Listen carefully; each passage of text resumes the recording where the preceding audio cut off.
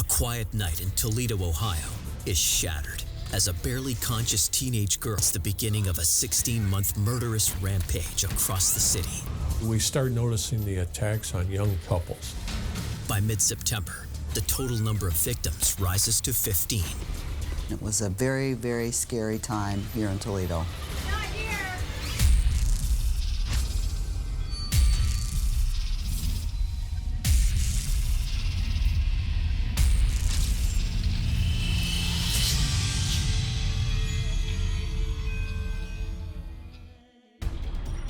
In the winter of 1981, the small city of Toledo, Ohio, is coming off a record year of homicides, but residents have no idea their darkest days still lie ahead. In the safe and quiet neighborhood near the University of Toledo, Sharon Bax Wright and her husband Lauren are the proud parents of a vivacious 12-year-old named Dawn. As the Bax prepare for an evening of cards at a friend's home, Dawn begs them to let her join her friends at a local pizza restaurant and arcade.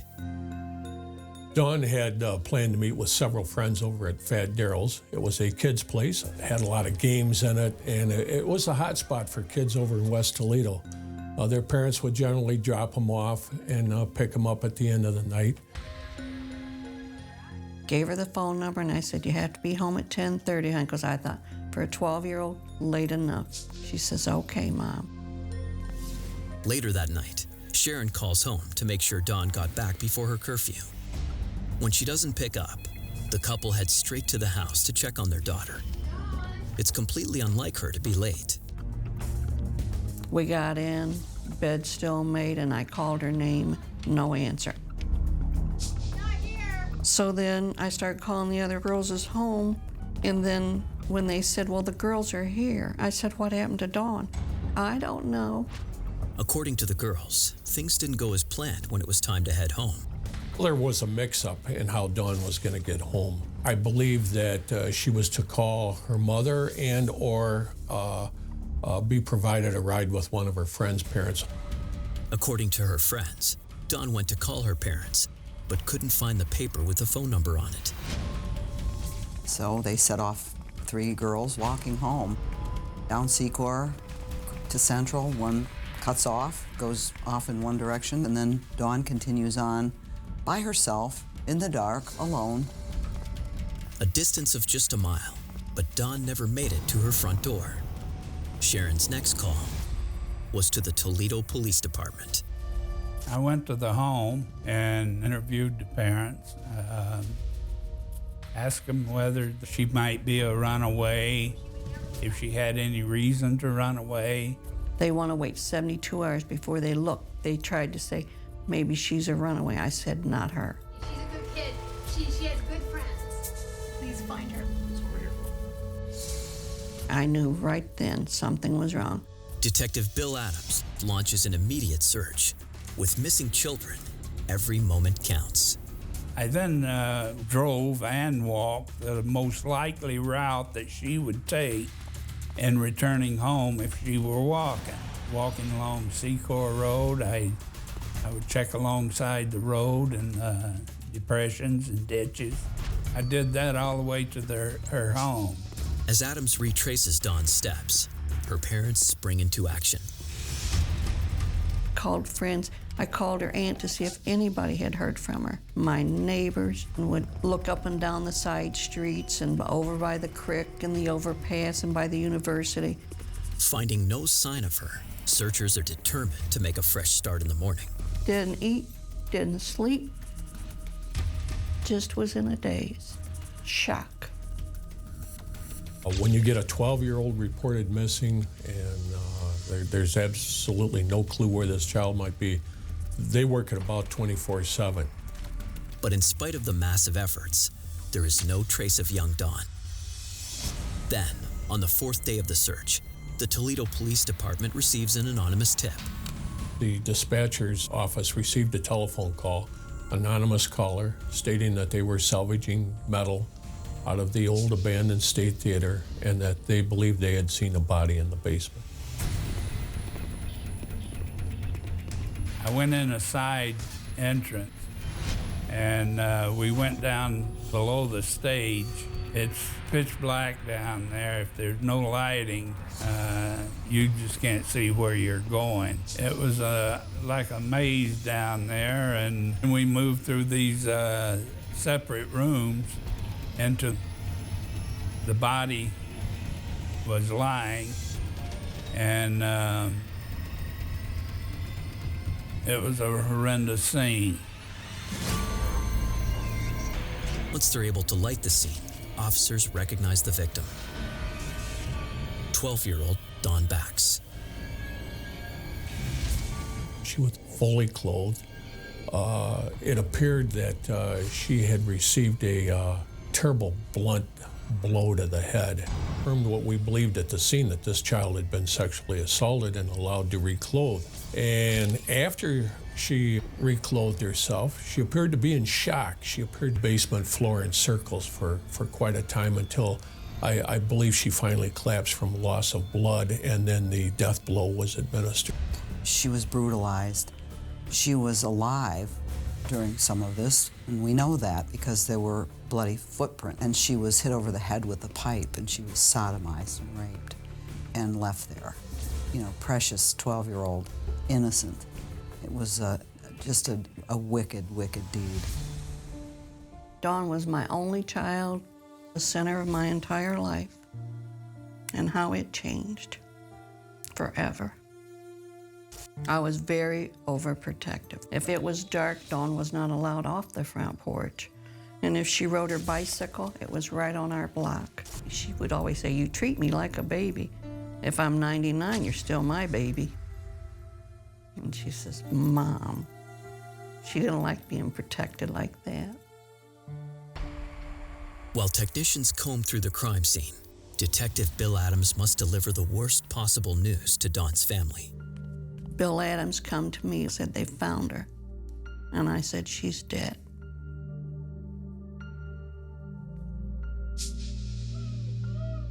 I said, "Can I go to her?" No. Had to be a closed casket.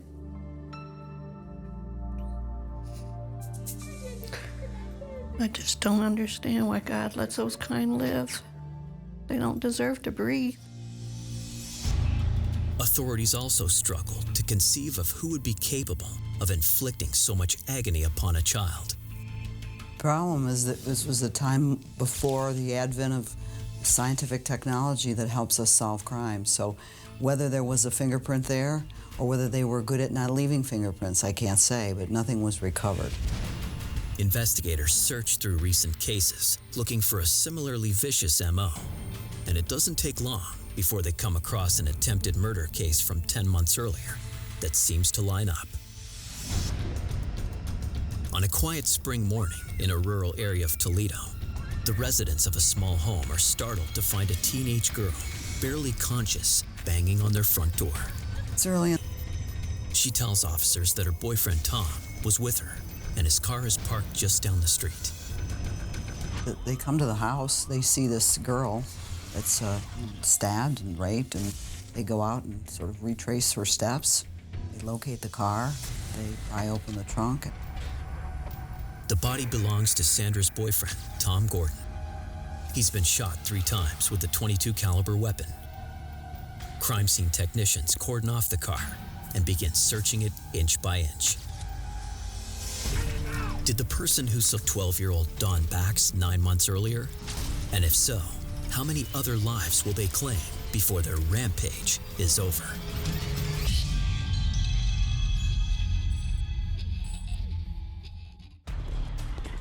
Toledo police believe it may be connected to a violent assault on Sandra Pogorski and her boyfriend Tom Gordon 8 months earlier. Sandra Pogorski is a lovely 18-year-old girl, just graduated from high school. She had a boyfriend, Tom Gordon. They had become close, serious, planned to spend their life together. And on a lovely summer evening, they were enjoying each other's company when all of this happened. Sandra had been dating 24-year-old Thomas Gordon, an intelligent young man with a bright future in the automotive industry. From her hospital bed, she tells police everything she remembers from the night of her horrific attack. Sandra was pretty much describing the incident in pretty good detail for us. We were surprised, her presence of mind being everything she had just gone through. Sandy and Tom had been out on a date. They were parked out in front of Sandy's house. Tom and Sandra are concluding their evening together. They're saying their goodnights, they're kissing goodbye. And suddenly the passenger window is smashed out by a black male subject using a gun. Sandra states that two black men forced her and Tom into the back seat of the car. Point the guns and say, get in the back seat. You know, don't look at us, don't watch what we're doing. And the car proceeds to go out into the country. She does look, though. She looks, and she sees a couple of things that were pertinent. Sandra describes traveling down a long country road. Eventually, she notices a sign that reads, "One-lane bridge." So they finally arrive at their destination out in the county, in this field of corn. And Tom, I think, sitting in the back seat, they overhear the two guys talking. What should we do? Should we kill him? At this point, Tom fled down the ditch and across the field. And he gets shot multiple times. And go get him and drag him back, throw him in the trunk. With Tom out of the way, the assailants turn their attention to Sandra. And now they take her out and they rape her, both of them, one and the other one. And then they put her back in the car. But Sandra's ordeal is far from over. The thinner suspect now gets in the back seat with Sandra. The heavier suspect is driving. At this point, this thinner suspect pulls out what appears to be a carpenter's saw, similar to an ice pick with a little rounder and fatter handle, and begins stabbing Sandra in the chest. She knows she's hurt quite seriously. She can taste the blood in her mouth, but she knows if she coughs, she's a dead girl. And she does everything she can do to keep quiet, to continue to feign death so that they won't continue to harm her and they won't hurt her any worse. And she's back there for what seems like an eternity until finally the car stops. She hears the suspects get out of the car and discuss the fact, are you sure she is dead? She thinks at this point they're going to come back and... The detective thinks he knows the place where the rape and shooting took place. 𝐂𝐿 was with me. He was a deputy sheriff at one time. He's now a coroner's investigator. He says, Tom, there's only one-lane bridge in western Lucas County, and I know where that's at. It's out on Rapp Road. So we drove out to that location. We found the bridge where we see some weeds that are tramped down on the side of the ditch. They found tire tracks. They followed the tire tracks into the cornfield. They found an area that was matted and trampled. Could tell that there had been some activity there, and they found blood. Investigators believe this is the spot where Tom was murdered. But as they scour the area for clues, it's clear the killers were careful. Well, we had the blood tested, and that did come back to Tom Gordon, the same blood type. We searched for shell casings, anything of that nature that would be able to allow us to connect to a gun, and we were unsuccessful in finding any shell casings at the scene. Back at Tom's car, police aren't having much better luck uncovering any clues. Hitting one dead end after another, authorities are growing increasingly frustrated. As several days go by since the incident, the only real lead they have is Sandra 𝐂𝐿𝐴 herself. So Sandra is the only witness, the only clue here. So we have to find out, what does she know? What can she remember about the identity of these people? So she describes the perpetrators to the police artist. She talks about the cap and the little facial hair, a Green Army jacket, and this is the person that was stabbing her, so this is a person that she really got a good look at and recollected. When police compare the sketches to Toledo's recently booked criminals, they quickly find someone who might just fit the bill. So George Talley was a local man who had been booked at the sheriff's department, so there was a booking photo of him wearing Green Army jacket, proper complexion, and similar in features to the composite that was drawn based on Sandra's description. So the sheriff's department detective gets a picture of George and shows it to Sandra, says, is that the guy? That's him. You're definitely sure. And she says, yeah, that's the guy. Talley was arrested And they're taken into custody by the sheriff's department. They search him. They find a bullet, .22 caliber bullet. In the hot seat, Tally is grilled for hours. He is asked who his accomplice is and where they can find him. He continues to deny any involvement in the rape or murder. But when he's asked to produce an alibi, he's got nothing. And he says, I didn't do it. And they think, well, you know, you got a Green Army jacket and you got a .22 caliber bullet and you look like the guy and there's been an identification of you, so we'll just keep you here in the jail and, you know, we think you did do it. Positive ID from Sandra may be good enough to lock up Tally temporarily, but authorities know it's not enough to get him convicted in a murder trial. If they want to put Tally behind bars for good, they need to find some other way to tie him to a crime. If they can't, this potentially lethal suspect will soon be back on the streets.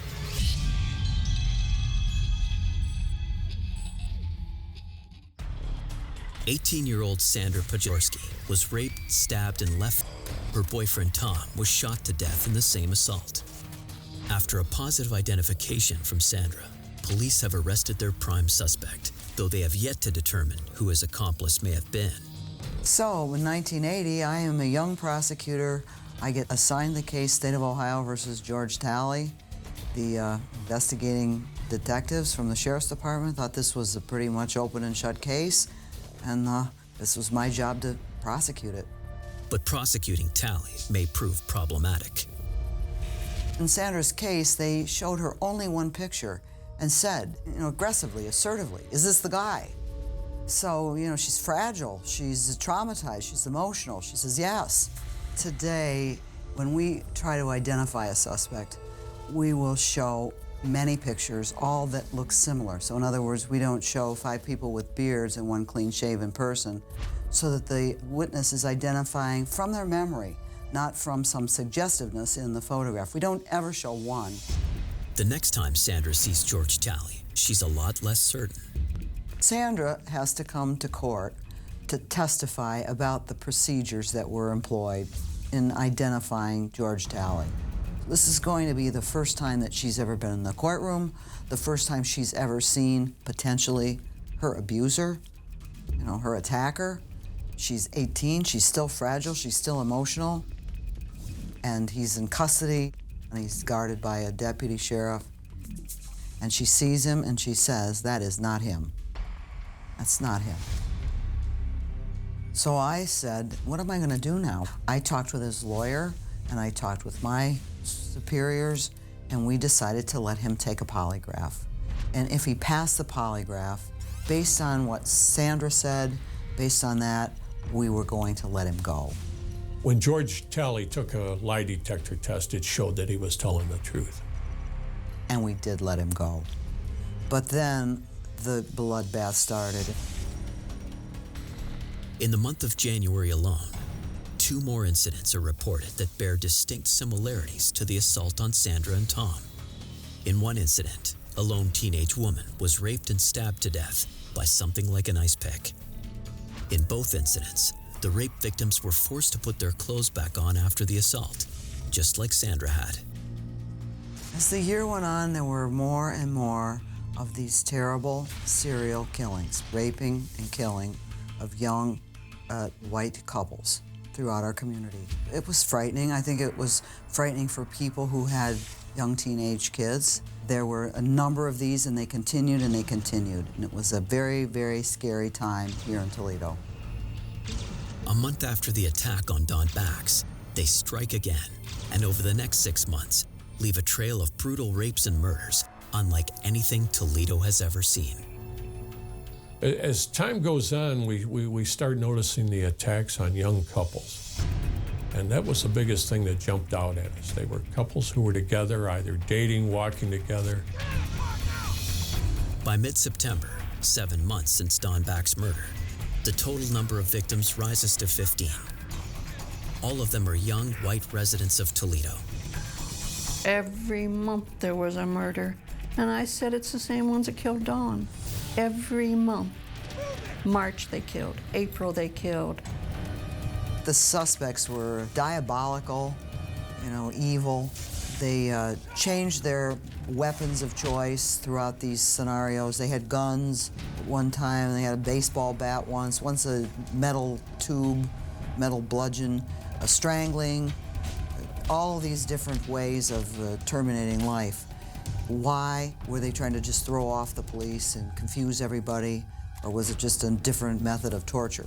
We don't know, but it was unusual. We knew we were dealing with white victims and black suspects. I think that the investigators considered a racial motive because they knew that the two people that attacked Tom Gordon and Sandra Pogorski were in fact African American, and that Tom and Sandra were white, and then all of the victims that came after that, all the young couples that were parked in secluded environments, they were all white, and they were all young.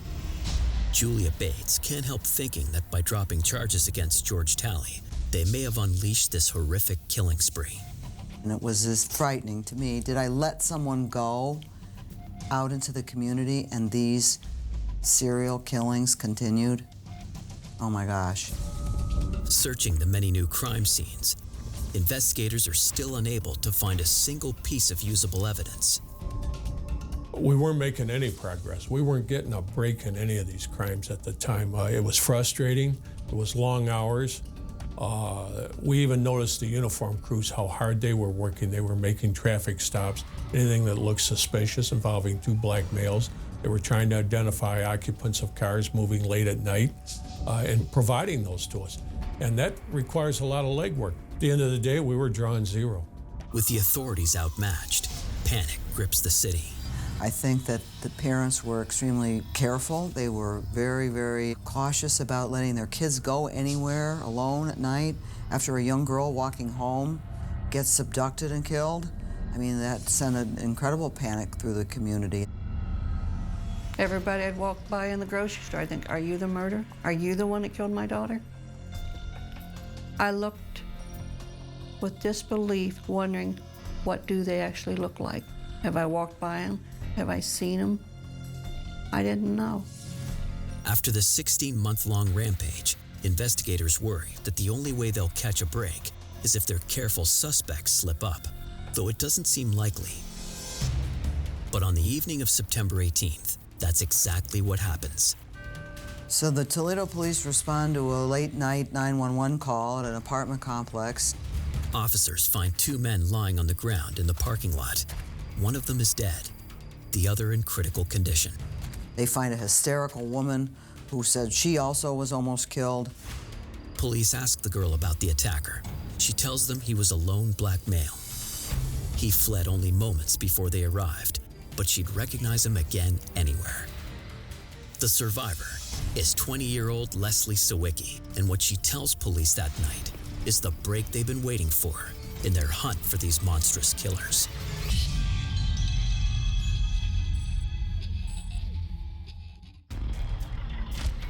There's a pair of serial killers terrorizing Toledo, but in the most recent attack, the couple report only one assailant. Now, all along, we're looking at two suspects, and that really threw us off, the fact that one person was involved in this. The Toledo police gather information from survivors Leslie Sawicki. Leslie and I knew each other at Maumee High School, and we were friends there, and actually we started a date on and off. I knew her father, Peter Sawicki. He was a real estate developer, and after I met Leslie, we started to hang out some. On the evening of September 18th, Todd picks up Leslie for a date. They're celebrating. Leslie was heading to Ohio State University. It was her freshman year, and she was leaving the next day for school. So we had a date that night, and I had to have her back by midnight because Pete always said nothing good ever happens after midnight. We were heading back, and it was about 11:30, so we had just a little bit of time to talk. So we pulled into one of Pete's apartment complexes that he owns. Todd finds a quiet spot and shuts off his van. He tells Leslie he'll be right back.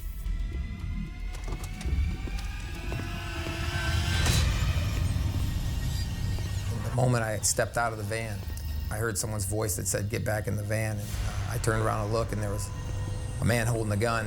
When he first got in, he started asking about money, which actually felt like a bit of a relief that the guy had a reason for entering in the van and coming up to us. So I really had a calmness, I guess, about me, with the idea that I just thought he was there to rob us. The attacker demands the money from their wallets and inquires about the car's stereo.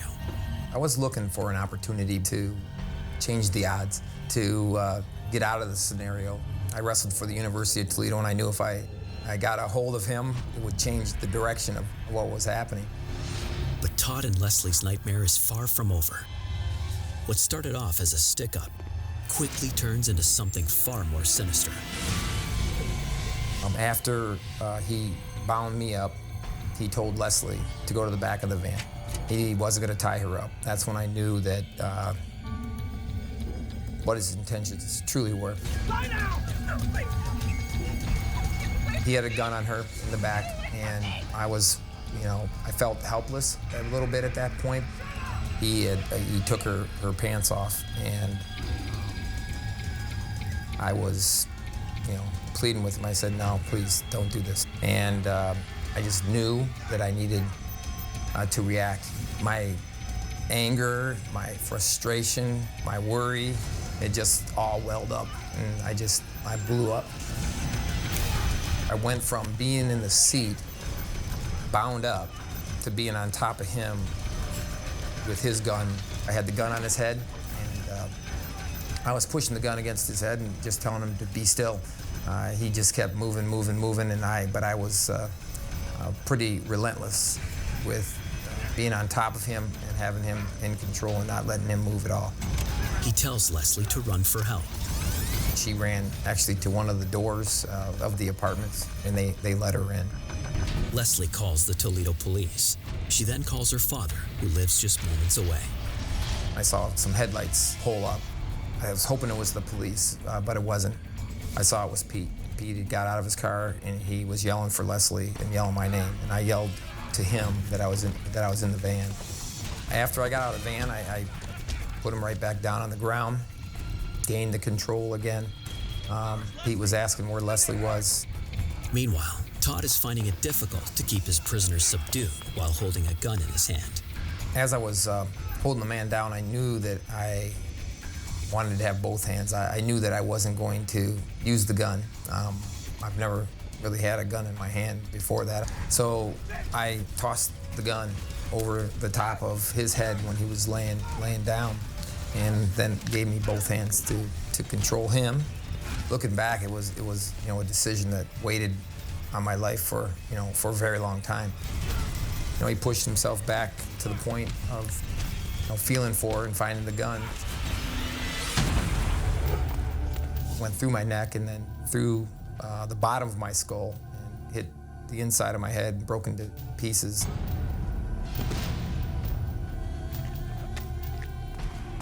I remember looking over and seeing Pete to the hospital alive, but in critical condition. So Todd 𝐀𝐥𝐸 pulled through, and so blessed and lucky, but also he was able to make a very good description of the perpetrator, maybe the best description that we had. Todd and Leslie's combined efforts produce a composite drawing that looks hauntingly like the man who stabbed Sandra 𝐂𝐥𝐸𝐸 over a year ago. Only this latest drawing is far more detailed. They put together a pretty decent sketch, and that sketch was released to news media for publication. Within minutes after the sketch is released, police are inundated with phone tips from people who claim they recognize the suspect. One call in particular delivers a gold mine. I recall the juvenile detective at the time receiving a phone call from an attorney who represented a subject who believed he had information into the murder of Peter 𝐁𝐥𝐸𝐸. The informant insists he remain anonymous. He claims the information he has could easily get him killed by his own brother-in-law. He was married to the sister of a subject by the name of Anthony Cook. He believed that Anthony Cook was involved in this crime due to the fact that he had appeared badly beaten. We found that Anthony Cook was a 32-year-old black male who lived in North Toledo. He was married to a school teacher. He drove truck, was in the scrap metal business. But a little more digging into Cook's past quickly reveals a violent criminal history. Tony was a bad guy. He was in and out of prison. He had quite a lengthy rap sheet. We also learned that he had a younger 24-year-old brother by the name of Nathaniel, and we found that Nathaniel Cook really looked up to his brother, Tony. The Cook brothers may be good potential suspects, but there's not a shred of proof. We then identified a confidant of his, somebody who was not involved in the actual crimes. The police bring in the confidant for questioning. At first, the man is defiant, insisting he knows nothing about Anthony or Nathaniel Cook. But as police work to implicate him in the murders, he finally caves. The night of the 𝐀𝐥𝐸 attack, a badly beaten Anthony Cook calls up to his friend's balcony. Anthony Cook came. He was beaten up. He said, I really screwed up. I got in a big problem. I almost got killed. I just barely got away, and you got to hide this gun because I can't be caught with it. So his buddy takes the gun and hides the gun. Investigators escort the man back to his apartment building and make him dig up the gun they believe was used to shoot 𝐁𝐥𝐸𝐸 and Peter 𝐀𝐥𝐸𝐸. And lo and behold, there it is. So now we have the gun. Now we have even a little more evidence about who did it. Somebody that knows what Anthony Cook looks like. We've got �10𝐷𝐸𝐸, who survived this terrible thing. We've got Leslie 𝐀𝐸𝐸, who survived. So this looks like this case is going to get solved. 3 unmarked police cars are following Anthony Cook's truck away from his home. As the suspect pulls onto the interstate, the police flag him down. Investigators finally come face to face with one of the monsters they've been hunting all these long months. But in the interrogation room, Cook is a cool customer.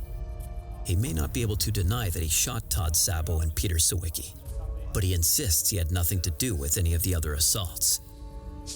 He says his brother Nathaniel has never committed a crime in his life. I got a call from the police that said that Leslie and I needed to go down for a lineup. And as we were entering through the door of the lineup, I saw him. It was like a blueprint in my mind. There was no, it was as distinct as it could be. After an 11-day trial, the jury convicts Anthony Cook of attempted murder, attempted rape, and second-degree murder. He gets 15 to life. But we know there's a second guy involved, at least in one of these cases. We know that for sure. Is the other vicious killer destined to live the life of a free man? Investigators vow that somehow they'll bring him to justice.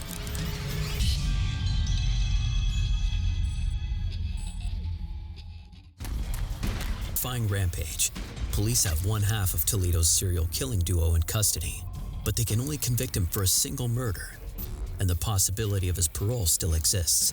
Then there's the matter of his accomplice. We began working on trying to identify his brother Nathaniel as a possible suspect. Nathaniel's out there, but he's minding his P's and Q's. He's not getting in any trouble. The attacks stop. Nothing more involving young white couples. While life goes back to normal for most, the families of the victims continue to suffer and pray for justice. There is no closure. You live with it. Closure's a word. He wouldn't confess to Dawn's case, so ours was just brutal. So he wasn't going to fess up to it. Despite the efforts of police and prosecutors, the years start to slip away, and the case grows cold. Well, there was a tremendous amount of frustration. We knew we had at least 9 other homicides out there that we weren't able to close out. We felt that Anthony Cook and another suspect were definitely involved in these other cases. The similarities were too great. We felt that Tony Cook was a serial killer, but we couldn't close out the other cases yet. We just didn't have the evidence. 16 years after the terrible death of 12-year-old Dawn Bax, the now senior county prosecutor Julia Bates is talking shop with a fellow attorney. It is now 1997, and DNA is proving to be an exciting new technology in solving crimes. So years go by, and I become the prosecutor. I'm elected, I'm running the office, I'm in charge, I'm talking with other elected prosecutors, and we are talking about the use of DNA evidence in cases today. in cold cases. Now this is a tool that is really opening a lot of doors. Later that night, she is startled from her sleep. And 3 o'clock in the morning, I woke up, sat straight up in bed, and thought, oh my gosh, we can use DNA to get the Cooks. And that's just how it went down. We welcomed her suggestion, and we started to get right on it. I wanted to get back to the office to see whether or not we still had any of the evidence. Could we still find Sandra 𝐂𝐿𝐴𝐺𝐸? Because she was alive and she wasn't killed. We still had a living victim, maybe. Did we have the rape kit? Did we have the blood? Did we have anything?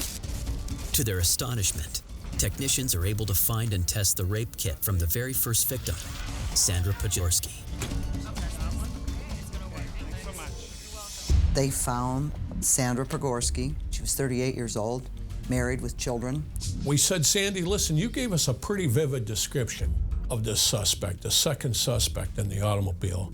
And we've got some new pictures. We'd like to show you a new photo array. Would you be willing to look at it? As she looks at this photo array, we're watching her eyes as she's looking at this photo array, and her eyes went directly to that photo of Nathaniel Cook and never moved again. Authorities know it's not enough to convict Nathaniel, but it's enough to get a warrant for his DNA.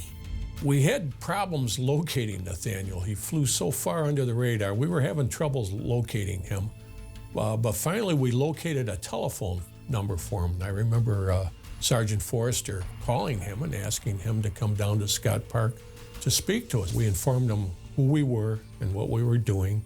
And at that point, the color went out of him. I mean, this man became visibly shaken. I recall that he dropped his head and that he just looked at the floor and didn't respond to any more of our questions. We informed him we had a search warrant, that we were taking him down to the Toledo Police Crime Lab, and that we were going to obtain DNA from him. One of the technicians swabbed his cheek and removed blood. Just having Sandra 𝐂𝐿𝐴𝐺𝐸 alive and located wasn't enough for us to win this case. We needed to have the rape kit that was prepared with the perpetrator's semen contained and saved all these years, and we had that. So they took that and they used that to compare the unknown samples that were retrieved from Sandra 𝐂𝐿𝐴𝐺𝐸 at the hospital with the known samples from Anthony and Nathaniel Cook. And the results came back, and it was a perfect match on both of them.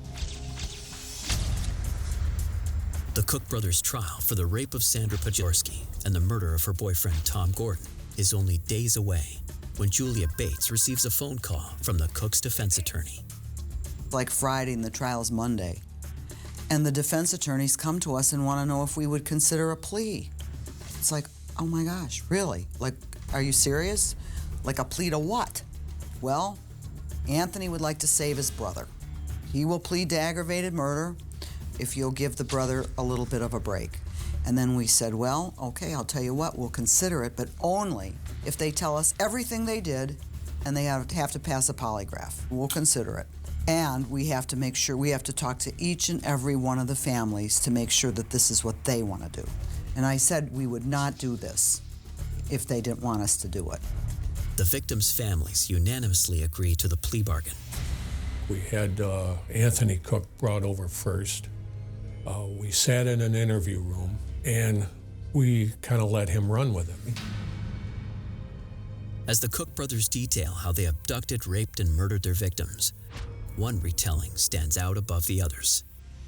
The first blow did not kill her. Sharon Bax-Wright finally hears the truth about her daughter's abduction. Tony advises us he was coming home from work. He states that he was passing the University of Toledo when he saw a young girl walking in front of the university towers. Well, past the college facility, come into the housings right across from her. She started up her street, which is a long block.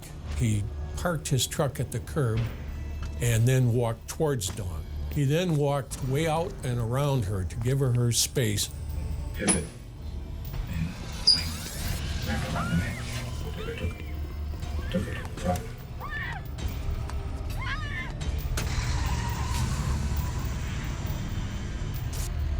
Anthony picks up his brother, and the two of them take their latest victim to a secluded location. The brothers know that deep in the bowels of the old Toledo theater, no one will hear the little girl scream. As agreed, Anthony Cook is sentenced to serve a second life sentence, the possibility of his parole gone forever. Nathaniel Cook is sentenced to life in prison with the possibility of parole, though it's never been granted. In the back of the courtroom are 30 or 40 people crying. They're all holding hands. They are fragile. They are close to each other, and they are connected to each other only by the fact that these two men raped and murdered their kids.